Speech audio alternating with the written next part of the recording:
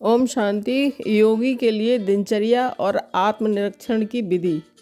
सुबह उठते ही करें महान, श्रेष्ठ और शक्तिशाली संकल्प। मैं बहुत भाग्यशाली हूँ, भगवान हर पल मेरे साथ हैं।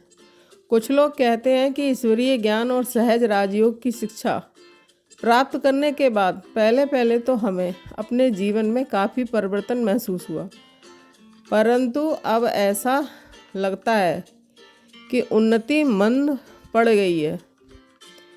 जिस अव्यक्त स्थिति में हमें प्राप्त करना है उसका चित्र तो हमारे सामने स्पष्ट है, परंतु उस तक पहुंचने में हमारी गति में संतोषजनक तीव्रता नहीं आई है।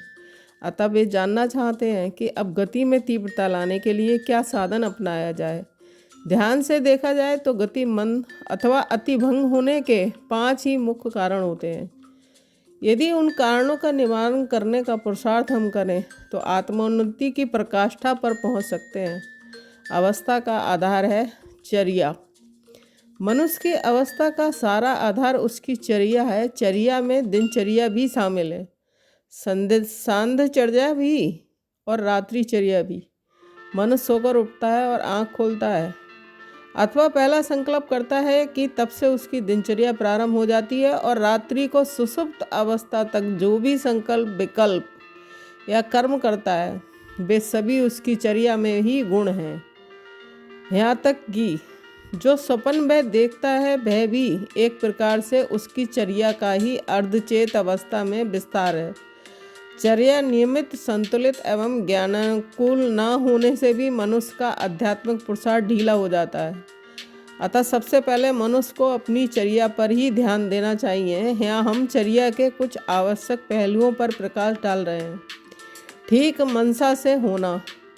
प्रातः ठीक समय पर उठने के लिए और मानसिक, शारीरिक और चुस्त महसूस करने के लिए आवश्यक है कि हम ठीक समय पर सोएं। यद्यपि निद्रा पर जितनी विजय प्राप्त हो सके उतना अच्छा ही है। देखा गया है कि रात्रि को सोने के लिए 10 बजे का समय एक आदर्श समय होता है, क्योंकि इस समय सोने से मनुष्य प्रातः 3 या 4 बजे उठ सकता है और उस समय के एकांत, शांत और सतोगुणी वातावरण में योग अभ्यास एवं प्रभु मिलन का आनंद ले सकता है।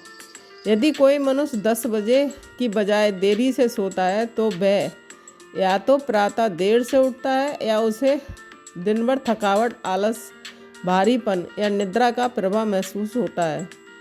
इसका प्रभाव उसकी सारी दिनचर्या पर पड़ता है। अतः अपनी दिनचर्या को ठीक करना जरूरी है। मानसिक तैयारी जरूरी है। रात्रि को निद्रा के लिए मानसिक तैयारी भी हमें ज्ञानानुकूल ही करनी चाहिए। शयन शैया पर बैठकर ही पहले हमें कुछ समय शिव बाबा, परमपिता परमात्मा की मधुर स्मृति का अभ्यास करना चाहिए। यदि हमारे पास अधिक समय ना भी हो तो हम थकावट महसूस कर रहे हो तो भी 5 मिनट ही सही, परंतु हमें ईश्वरीय स्मृति में बैठना अवश्य ही चाहिए। सोने की चारपाई पर जाकर पड़ जाना ये योगी की चर्या नहीं है। योगी तो पहले अपने बिस्तर को ठीक करके, हाथ मुंह स्वच्छ करके तब चारपाई पर बैठता है। सहज रूप से उस पिता, माता अथवा साजन रूप परमात्मा से वह मनोमिलन मनाता है। वह इस स्थूल लोक में सोने से पहले स्वयं को सूक्ष्म प्रकाश में लोक में ले जाता है और अपने स्वरूप का और प्रभु का चिंतन करते हुए उस परमपिता से निद्रा के लिए आज्ञा लेकर आत्मिक स्थिति में लेट जाता है, मानो वह अपनी कर्मेंद्रिय रूपी नौकरों चाकरों को आराम के लिए छुट्टी दे देता है और स्वयं निसंकल्प अवस्था में टिक जाता है। ऐसे सोने वाले योगी ही निद्रा भी सतोगुणी या योग निद्रा होती है और उसे तमोगुणी सुपन भी नहीं आते हैं, बल्कि वह सतयुगी पावन सृष्टि में सूक्ष्म दिग्लोक के अथवा पुरुषोत्तम संगम युगी ज्ञान जगत के ही सुपन देखता है। वह जिस समय उठने का संकल्प करके सोता है उस समय ही जाग जाता है। उठने के समय के लिए विधि।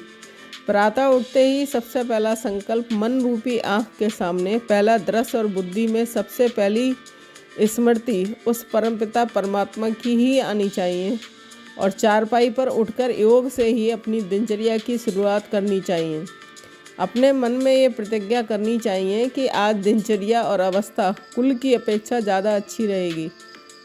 प्रातः मनुष्य का मन सतोगुणी अवस्था में चुस्त, मुद्रित और संतुष्ट होता है। उस समय प्रतिज्ञा करना अथवा शुभ संकल्प करना गोआ कार्य क्षेत्र में उतरने से पहले अपने मनोबल को एक दिशा देने की तरह है, जो बहुत ही लाभप्रद है। कहावत है कि मनुष्य जैसा सोचता है वैसा ही हो जाता है। प्रातः के समय में सोचने से तो मनुष्य सचमुच वैसा ही हो जाता है।